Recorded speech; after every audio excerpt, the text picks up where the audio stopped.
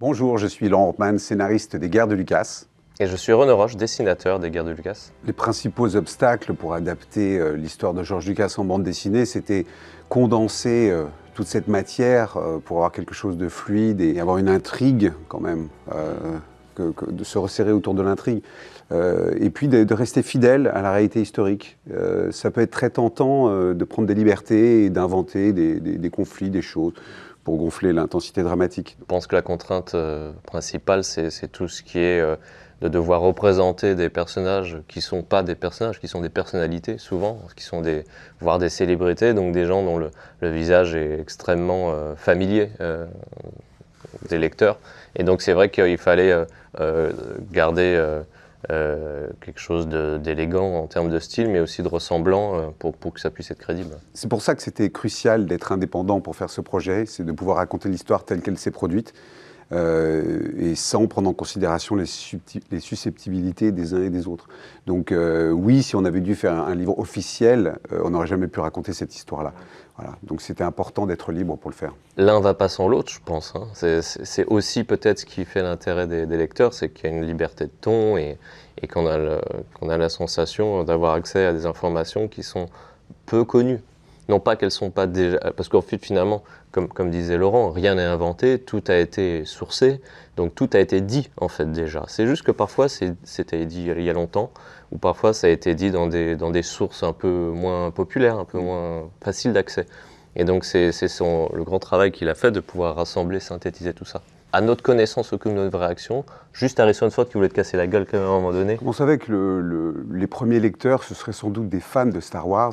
On a eu une approche très respectueuse du sujet, étant fans nous-mêmes, et c'était très important pour nous de le faire avec beaucoup de sérieux et d'avoir une approche méticuleuse, que ce soit au niveau graphique, toutes les références visuelles soient authentiques, et puis du côté du scénario, d'étayer chaque fait, chaque anecdote par une documentation très fournie, parce qu'on sait que les fans sont très pointilleux, et à juste titre, et c'était important pour nous de ne pas avoir une trop grande licence en abordant ce sujet, et vraiment de pouvoir défendre chaque anecdote et chaque élément du scénario. On ne pouvait pas s'attendre à un tel succès dans de telles proportions. Bien sûr, on savait que le sujet était porteur, populaire, mais aussi à double tranchant, parce qu'en fait, c'est un sujet très sensible, je dirais, sacré pour beaucoup de gens, donc il faut y mettre beaucoup d'attention et de soin, ce qu'on a essayé de faire. Et comme tout le monde a bien réagi, d'une part au niveau de la communauté Star Wars, je dirais, mais bien au-delà ensuite, de tous les fans, les cinéphiles, les amateurs de création et même un public encore plus large. C'est ce qui a sans doute aidé à ce que ce soit vraiment un succès incroyable. À titre personnel, mon regard s'est affiné, je dirais, parce que je connaissais une partie de l'histoire, mais c'est vrai que ça m'a permis de m'y plonger beaucoup plus dans les détails et puis de comprendre mieux aussi la psychologie de George Lucas et parfois certains de ses choix et aussi son approche. Et j'avais déjà du respect pour lui, ça va de soi, mais je dirais que ça s'est complété d'un respect accru sur le plan humain aussi, chose qui était l'aspect le plus mystérieux finalement, parce que c'est quelqu'un de discret, d'introverti. Donc à part les rares interviews qu'il a pu donner, c'est dur de se faire une idée, mais quand on commence à plonger là-dedans et à comprendre quels ont été ses choix, c'est vrai qu'on se dit que c'est un personnage assez rare, à la fois bien sûr sur le plan créatif, dans ce milieu hollywoodien, et puis aussi sur le plan humain. Oui, je suis sorti de cette aventure avec George Lucas, qui a duré plusieurs années, avec un respect approfondi pour le personnage et l'être humain. On sait qu'il l'a lu, on sait qu'il l'a aimé a priori, et que aussi beaucoup de gens de son entourage l'ont lu et l'ont aimé. Oui, il y a plein de choses qu'on aimerait lui demander, des questions auxquelles il n'aimerait sans doute pas répondre, des choses qui concernent sa vie privée, son intimité, pour essayer de percer encore quelques secrets. Oui, c'est compliqué parce que moi je suis en permanence finalement tiraillé entre la part de moi qui est fan et qui serait très je dirais, ravi bien sûr de le rencontrer, d'échanger quelques mots. Et puis l'artiste qui lui veut garder aussi une forme pas de distance, mais d'objectivité dans la création et de ne pas être forcément trop influencé par son sujet. Et donc, s'il y a possibilité de concilier les deux, je ferai en sorte que ce soit le cas quand même. Mais c'est vrai que je pense que ça sera assez surréaliste si ça arrive, parce que c'est vrai que, à titre personnel, l'avoir dessiné pendant toutes ces années, j'ai le sentiment de le connaître peut-être